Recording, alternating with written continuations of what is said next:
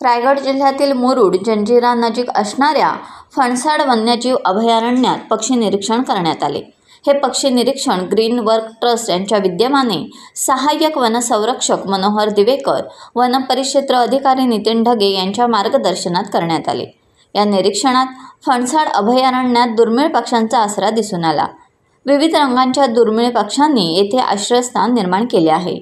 मनुष्यवस्तीपासून दूर सुरक्षित ठिकाणी विविध जातीच्या पक्ष्यांनी आसरा घेतलाय। विशेष म्हणजे पक्ष्यांची विविधता असून ते एकत्रित राहतात। ठाणे ग्रीन वर्क ट्रस्टचे संचालक निखिल भोपाळे यांची टीम, फणसाड अभयारण्याचे वनपाल हरिश्चंद्र नाईक, वनरक्षक, वनमजूर यांनी पक्षी प्रजाती ओळख, माहिती, आवाज आणि दिसलेल्या पक्ष्यांची नोंद घेण्यात आली।